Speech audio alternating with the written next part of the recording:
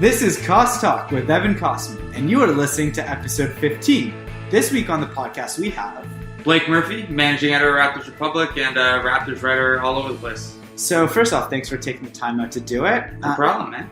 So let's start at the beginning. You got a Bachelor of Commerce at Queen's University, and you then went into production control at Toyota Motors. Yeah. So how does a smart young kid go from a good program decide I want to go into the competitive field of journalism? So when I think I was in third year of university at Queen's, I did like a big March Madness preview just on Facebook. Mm-hmm. And it was like, I went back and looked at it not that long ago, I think at March Madness this year, and it was like 6,000 words, and I'm sure like 0 people read it. Like after that, I enjoyed writing it, and then so when I was in fourth year, I started blogging a little bit on the side, and this was like, I'm old, so this is like 2008 when like bloggers were kind of just starting to get legitimate mainstream, like Skeets had just landed at Ball Don't Lie, kind of that time, and everyone was still writing under fake names and stuff like that. So I did it on the side, and then I didn't think it was a realistic path. I was actually enrolled in law school, coming out of business school, but for like student loan reasons, I was like, oh, I'll push it back a year. And then I started working, and I was like, well, I'm going to just make money instead of going back to school. But like the whole time I was working at Toyota in operations, I would write on the side like once or twice a week for Raptors Republic. And then like that slowly grew to the point where like I was booking fake meetings in meeting rooms to like carve out time to write during my day, or like volunteering to do night shift work because no one was around and I could bang out some writing.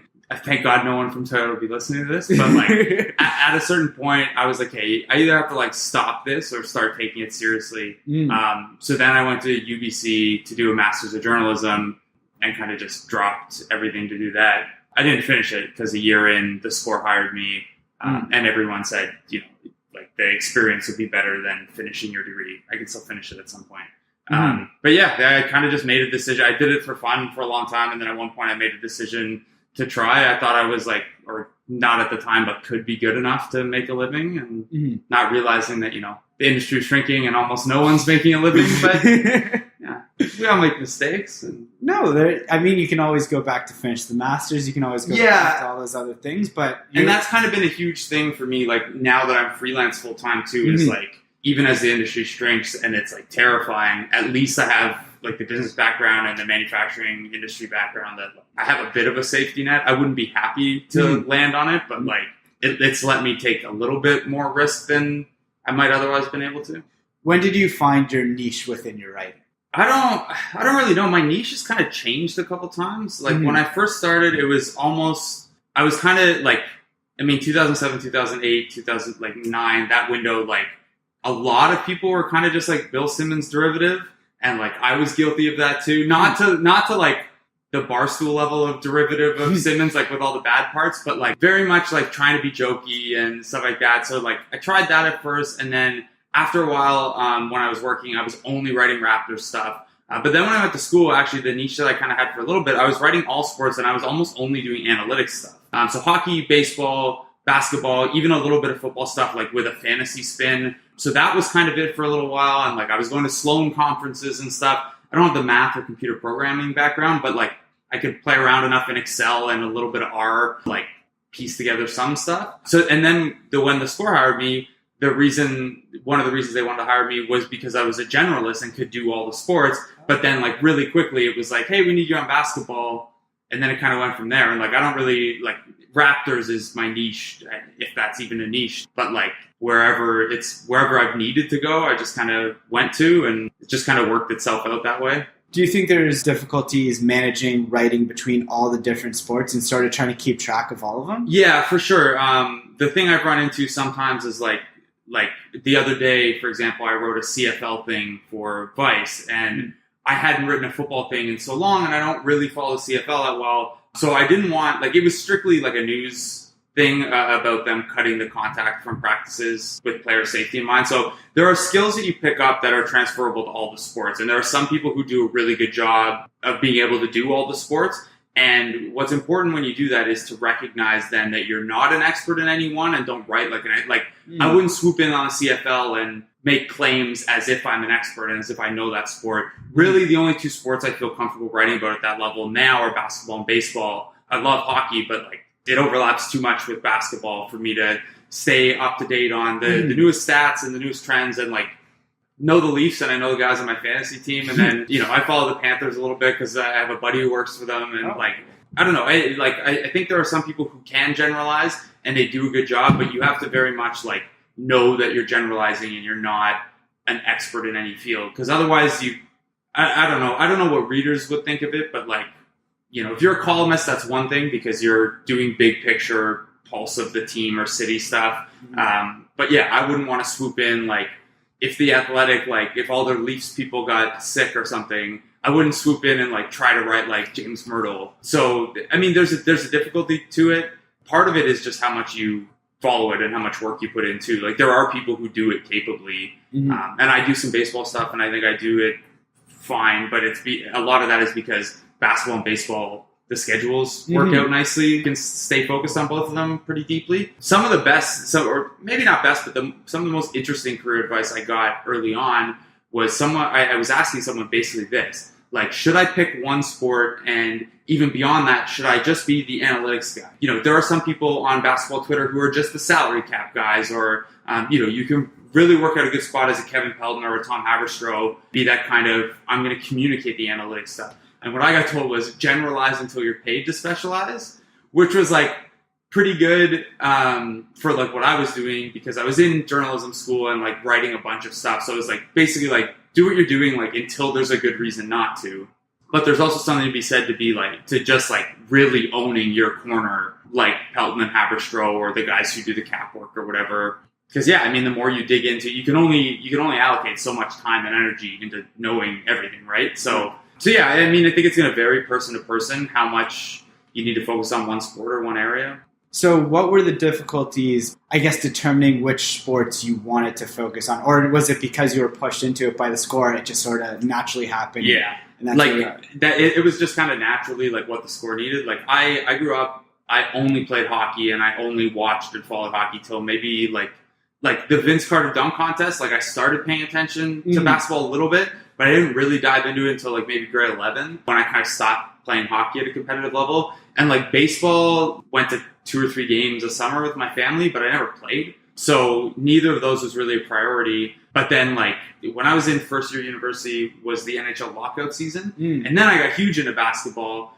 So by the time I started writing, I kind of had all 3 sports. And I didn't have a preference at all. Like I liked writing about them each the same and I liked watching them all the same. But yeah, when I got to the score, they just like basketball was the path to, not in like a cynical way, like this was my easiest way to being more important. Like they had a big need on basketball.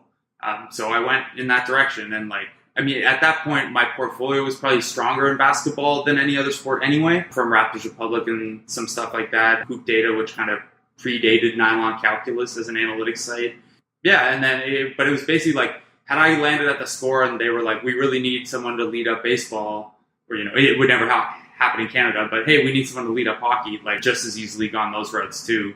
It would have been fine. Like I'm happy it was basketball, and I think basketball is like, it's probably the easiest to write about because it is so personality driven and it's from an entertainment perspective, it's so rich with different ways you can tell stories and the way the games play out and stuff. So you bring up 2 points that I want to follow up on. Let's start with the personalities in the sport. I actually talked about this with Greg last week about how hockey players aren't really allowed to express themselves. It's a cookie cutter league for the most part. Media days this week.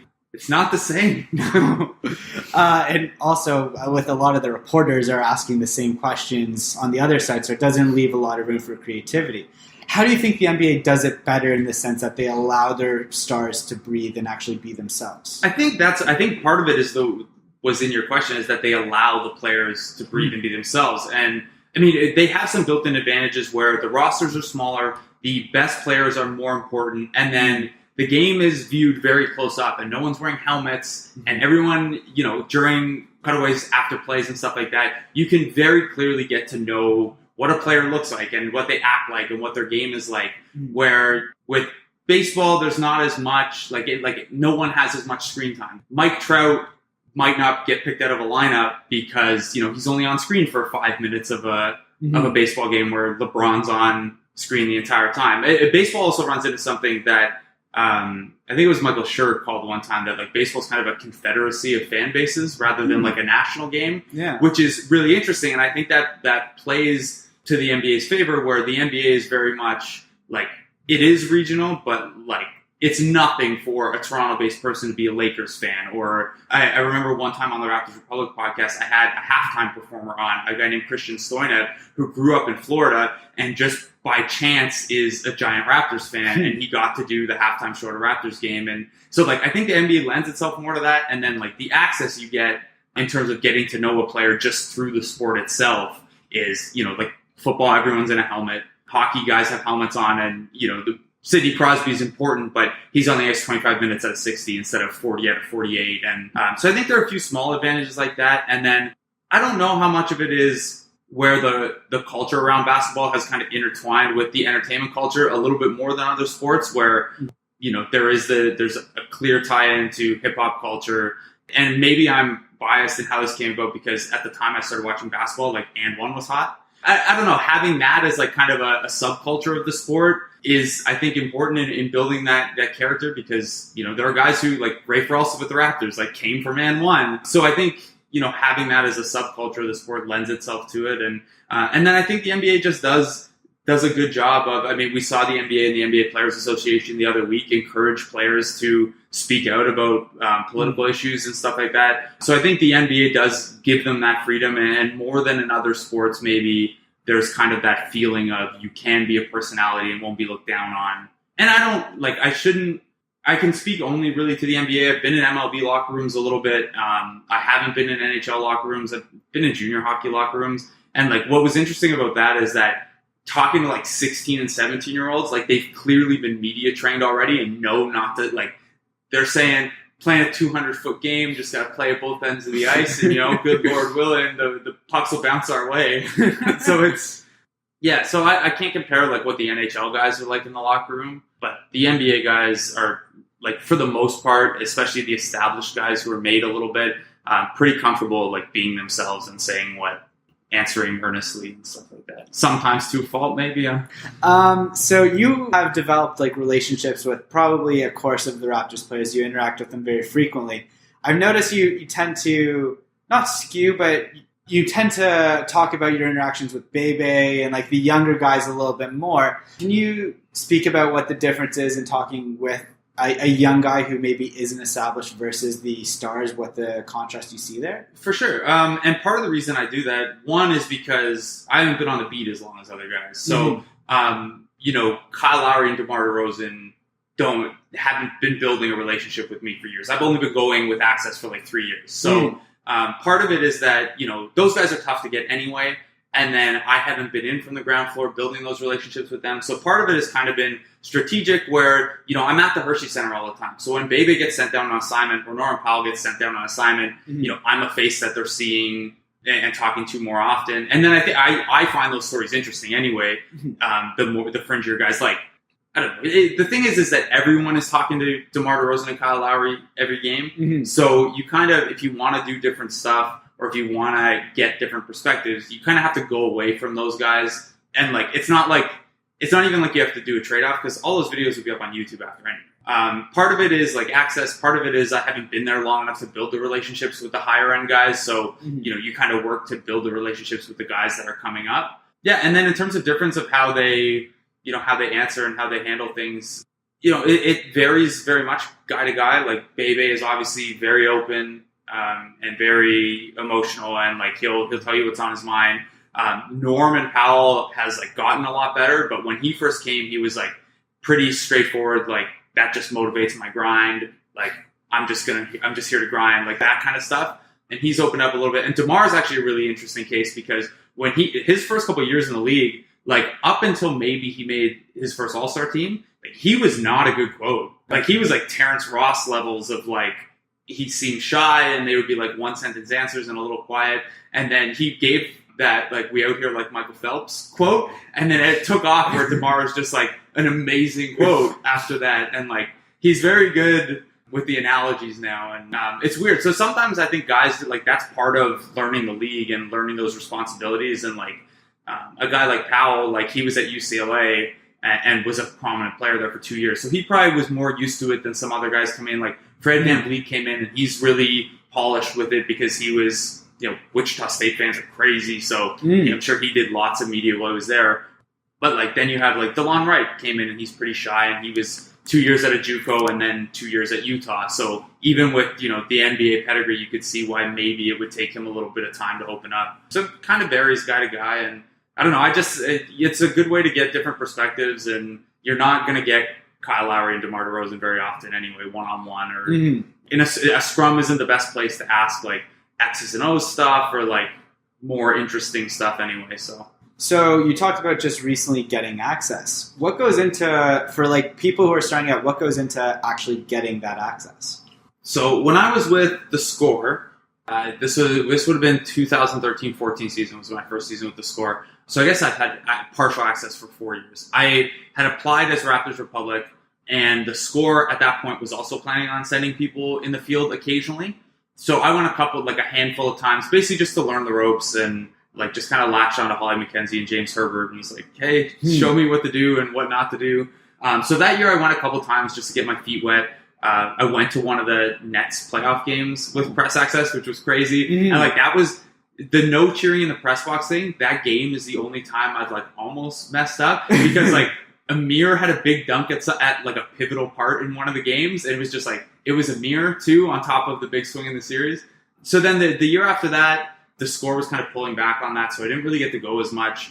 But I tried to keep in contact with the Raptors media relations staff, so they knew who I was still and knew that I wanted to come more. On the Raptors Republic side, we had to clean up some stuff. Like we had people who were still writing under fake names, and even though I was going to be the only person coming, and that we had the ESPN True Hoop affiliation stuff, we had to clean up some stuff like that. So yeah, then so it would have been 2015-16.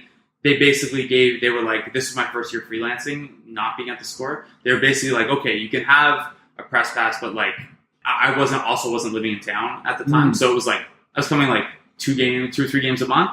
And then last year was the first time that I had like full time, and I was at every game and like a lot of the practices. And that's when like, it really, like the value of it really picks up. It's cool to go in once in a while if you have occasional access and like, get in, get your story, and get out, and like it's a cool experience. But for me as like someone who's strictly Raptors, the being there every day is how you start to build up the stuff where like Bebe will say funny things to you and feel comfortable like saying that to you, and or you're in the right place at the right time and get someone unexpectedly.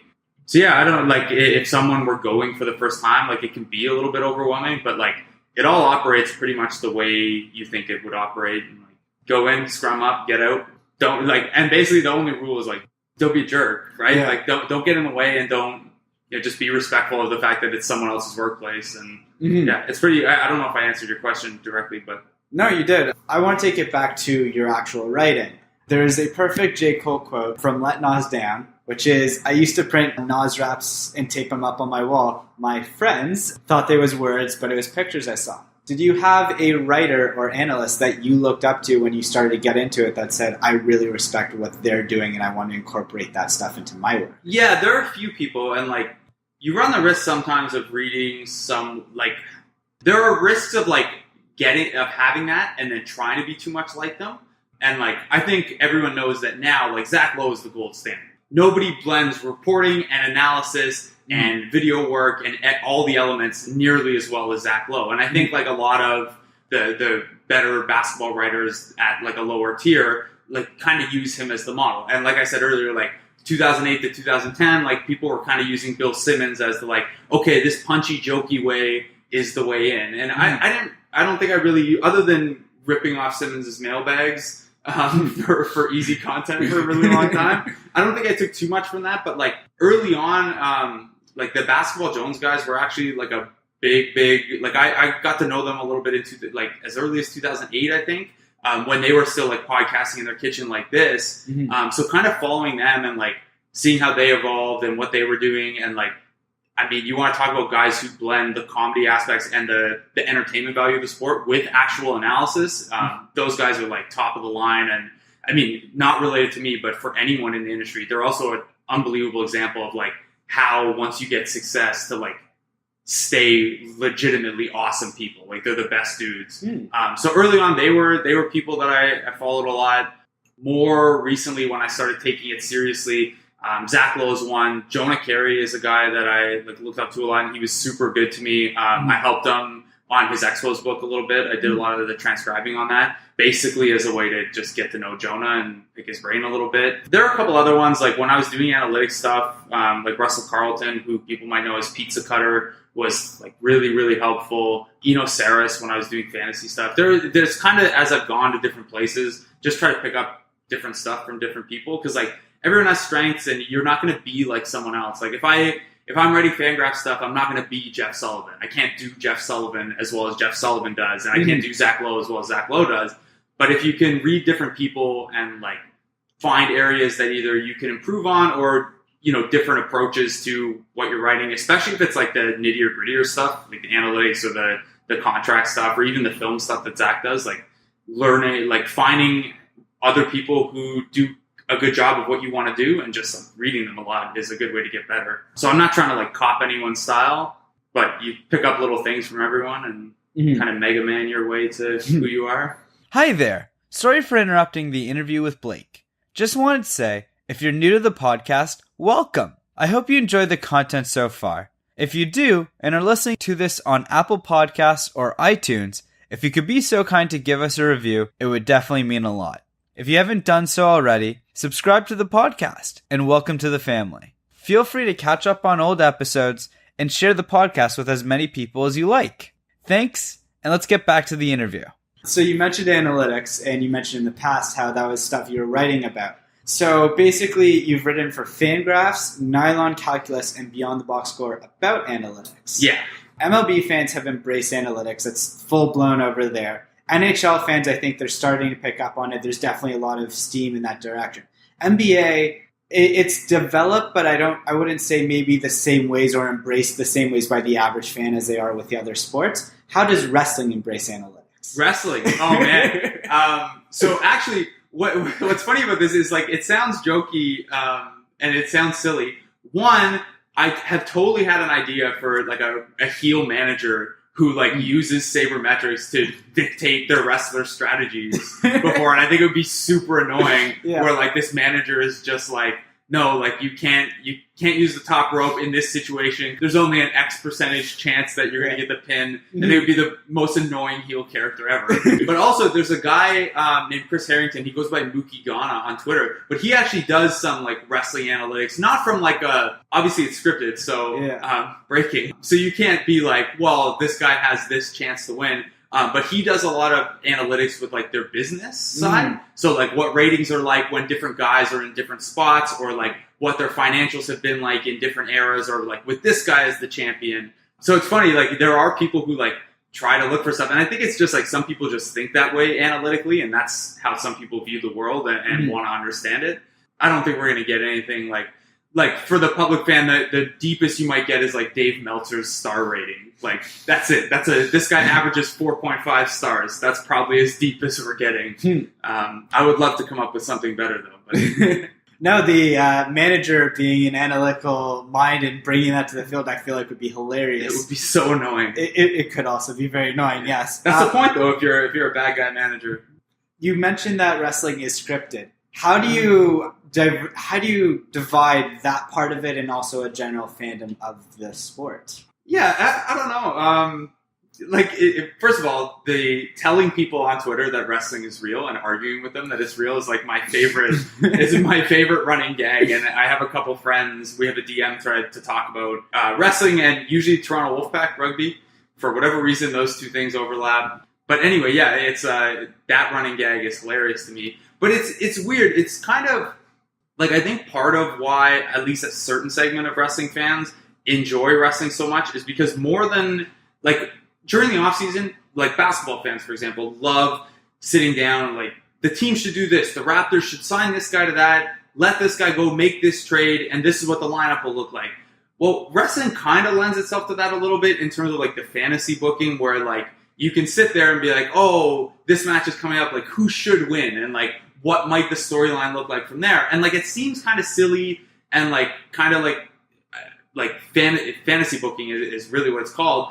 But then you look at it and you see the way people started reacting to Game of Thrones once they outstripped the books, and we didn't know the script that Game of Thrones was going off of, and people would start. Are you caught up on Game of Thrones? 100%. Okay. Yeah. So people would start arguing like, this thing makes no sense, or they should have done this, or they should have revealed this way. And it kind of got to a similar point where like, it's scripted, and you know that it's going to continue to be scripted, and you probably know where it's going with some of the bigger points, but you still want to like hypothesize and argue about how they could get there and the best way to tell that story. And I don't know, that's probably like a small segment of wrestling fans, like the internet wrestling fans or whatever, smarks as the people call them. But I think that's an interesting part of it, where like the way people fantasy book basketball teams or baseball teams and like try to manage or like even just play fantasy sports, like there's no outcome from it, but like there's a little bit of like you can argue and try to see where things are going, and I don't know. So I think like it being fake actually opens things up for a certain segment of the crowd. And something I found really interesting, and I've asked a couple analytics guys with teams that I know like wrestling about it. Analytics basketball Twitter overlaps heavily with wrestling Twitter on my timeline, at least. So like if the Royal Rumble or WrestleMania is going on, you're gonna see like the guys normally tweeting about RPM are tweeting about like John Cena and Roman Reigns. I kind of want to dig into why that is. I don't really understand it yet, but there's something there with wrestling analytics and like trying to predict the booking and stuff like that. There's something there with analytics and wrestling. That's really cool. I don't follow enough people to see that, and as not the biggest wrestling fan, maybe I'm thankful for that. I don't know. You probably should be. It's funny. There's a tweet I always see get retweeted when people are talking too much about wrestling, and it's like, welcome to Twitter. Here's a copy of the Communist Manifesto, and for some reason, a season pass to Monday Night Raw. It's like, this is apparently what Twitter is. Like, wrestling Twitter gets big during dead times. That's really funny. So you mentioned about how there are these different communities within Twitter. How do you find the perfect way to interact with people? I mean, that's kind of a constant challenge.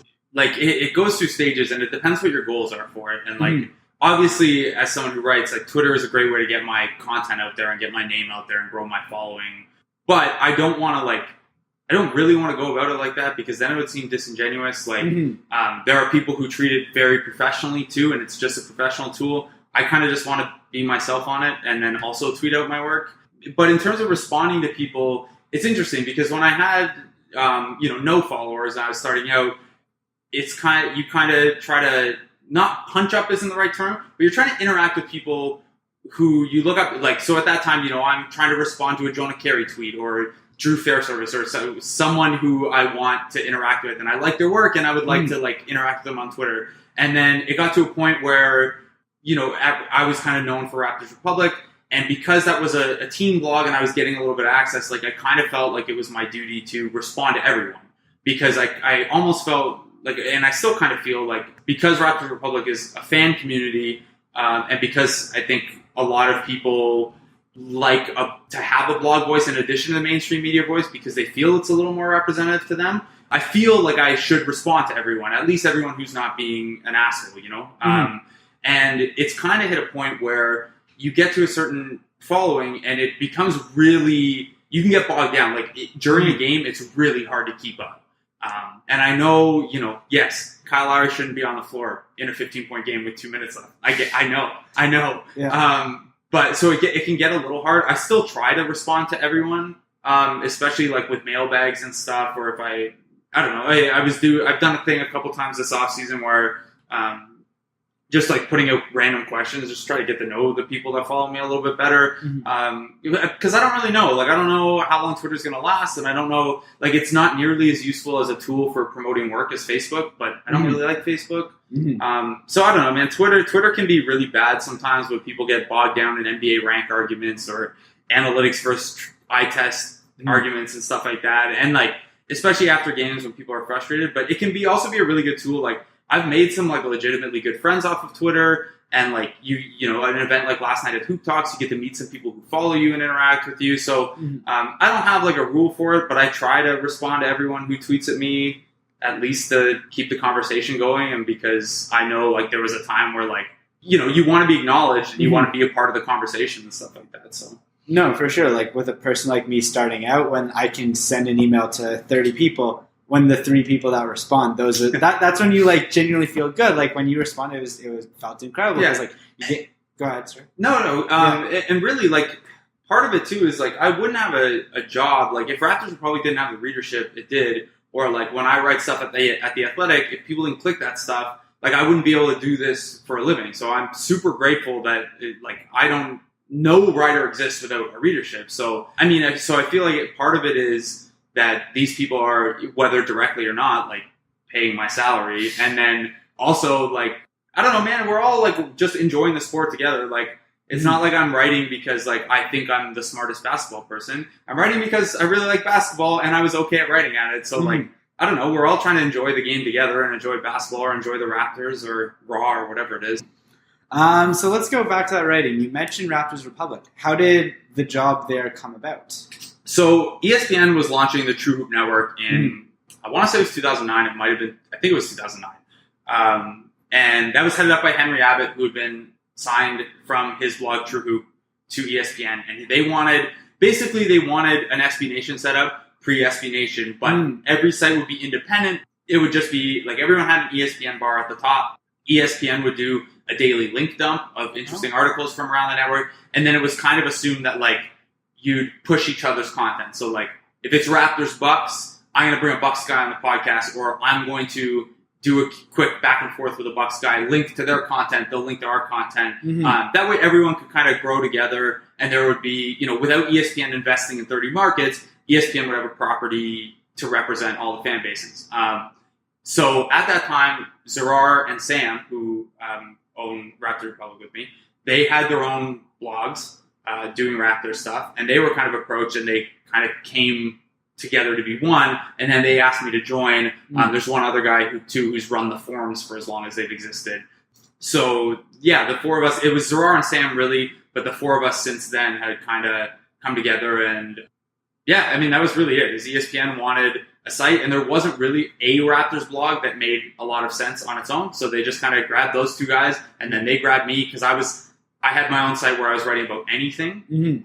Like I had interacted with them, so they grabbed me to do Raptor stuff with them, and that was it. Like, so the True Hoop Network doesn't exist anymore. Like Henry moved up ESPN too quickly, and like the True Hoop Network just kind of, it didn't exist. Like I think there are still technically like 12 or 15 sites that are active, including us, but like we're only loosely affiliated to where like if we need help getting a credential for a big NBA like All-Star or something like that, they'll help us out. But like there's not really a relationship there anymore. But yeah, Raptors probably wouldn't have existed without that project, because it kind of took these small blogs that had a couple hundred readers at the time, put them together with a little bit of push behind it, and then hundreds became a couple thousand readers. And I mean, the biggest part of Raptors Republic's success probably has been that it's been around for so long. It just like, if like blogs close and open up so much that, and it'll be like, it probably is a big strength of SB Nation, but like longer term, it'll be a strength too, is that like the reliability and like having a known name that isn't closing and reopening or like switching branding or whatever is,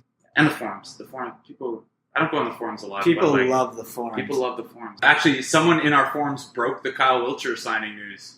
He was one of the extra guys for the 20 days or 10-day things. For training camp. Yeah. Okay. So, yeah, someone in the comments was like, I don't know who this guy is, but I got told the Raptors are signing Kyle Wiltshire. What can you guys tell me about him? And, like, it was hilarious. It was funny because this guy had called him Kyle Wiltshire. He like, credited him for the wrong college. So he really didn't know anything other than the name. But he broke the news. And then, like, a day later, it was public news. It's like, man, how does he get, like, is he just some random just guy? Just knows a guy, I guess. Yeah. I had someone on the trade deadline. I could never run with this news. It would just, but like someone told me like third hand that the Raptors were getting PJ Tucker. Oh. And like I had written about PJ Tucker as a target, and like I thought it was on the table. But when the rumors kept coming out that Phoenix was staying hard on wanting a first round pick, and it was like 255, and someone texted me, it's like, hey, I heard from a guy who heard from a guy that like PJ Tucker's coming back. It's like, I don't know how you get this information. I could never run with something like that as like an actual source, but it's weird, man. People hear stuff without being directly in the organization. I don't know how it happens, but just being in the right place. Right place, right time, or like you oddly know someone who knows someone. How do you fight that feeling where like, oh, there's a chance that this is real. I kind of want to be the first one on it. Yeah, I mean, the stuff that I've broken is like some of it has been right place, right time, or, you build relationships and then for whatever reason it comes out during a conversation. But yeah, with something like that, the trade deadline's a bad example because it's 2:55 at the trade deadline. No one's going to respond to me anyway. Yeah. And like, I'm not big enough that I have a relationship with like national level agents. Like a couple of the smaller agents who have like a handful of clients, sure. Yeah. But like PJ Tucker is not getting back to me. And like no one in the Raptors is going to comment at that point. But like the Wiltshire thing, that had I noticed it in the forums, I absolutely could have, like I could have broken that news if I had noticed it or broken it. I would have credited the guy in the forums, obviously. But had I noticed that in time, I definitely would have like kicked the tires or like sent a DM or messaged an agent or something like that to try. Because like you do want to be first, but the way more important thing is like I don't ever want to report something wrong, right? Because I know that there are people who report stuff wrong and it doesn't hurt them, and like the incentive structure is probably tipped the wrong way. But I don't want to ever get something wrong because then for me, like the next time I report something, why would anyone believe me? Right. I'm not established enough where like I can just be like, well, I have enough hits that one miss won't hurt. Like I can't get anything wrong. So something to chase something, like it's gotta be pretty reliable for me to go with it. And like I've lost out, like I've sat on stuff before because I wasn't 100% sure and someone else ended up beating me to it. But it's like the big one was Stackhouse as the 905 coach. Oh. Yeah, I got my friend Chris Reichert who does 2 ways in 10 days. At the time it was Ridiculous Upside. The D League, he's the D League guy. He beat me to it, and like we were DMing after, and like I just like it wasn't on reliable enough authority for me to like go with it.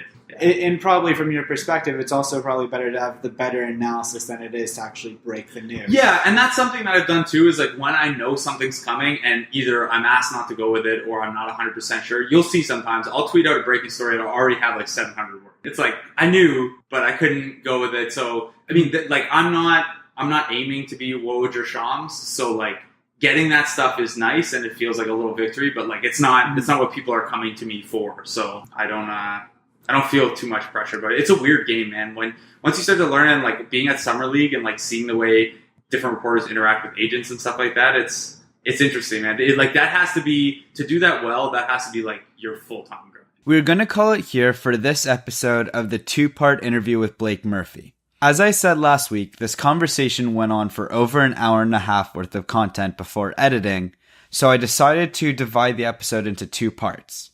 The first half, which you just listened to, follows the typical structure of the podcast. We went through the backstory of Blake's work and how he got into the business. The second half, episode 16, will be released later this week, and it will be more of a free-flowing NBA conversation with tons of Raptors talk. It's basically a bonus episode, and I'm really excited for you to listen to it, as it was a blast to record.